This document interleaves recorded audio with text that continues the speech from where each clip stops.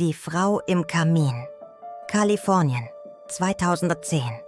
Eine junge Frau verschwindet nach einem Streit mit ihrem Freund. Tage später klagt dieser über einen seltsamen Geruch im Haus. Er denkt an tote Tiere, verstopfte Rohre. Doch nichts erklärt, warum der Geruch immer schlimmer wird. Er ruft schließlich einen Kammerjäger. Der öffnet den Kamin und macht eine entsetzliche Entdeckung. Die vermisste Frau steckt im Schacht, tot. Mit bloßen Händen hatte sie versucht, sich hochzuziehen.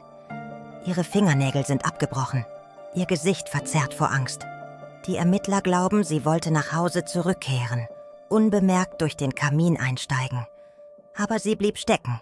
Es war mitten in der Nacht. Der Freund hatte Musik gehört, nichts mitbekommen. Sie starb allein, nur Zentimeter von ihrem Wohnzimmer entfernt. Und jetzt frage ich dich, wie viele Schicksale spielen sich direkt neben uns ab, während wir schlafen, lachen oder Serien schauen? Schreib es in die Kommentare. Und über ein Like wäre ich sehr dankbar. Und für weitere solcher spannenden Geschichten vergesse nicht, die Glocke zu aktivieren und den Kanal zu abonnieren. Bis zum nächsten Mal.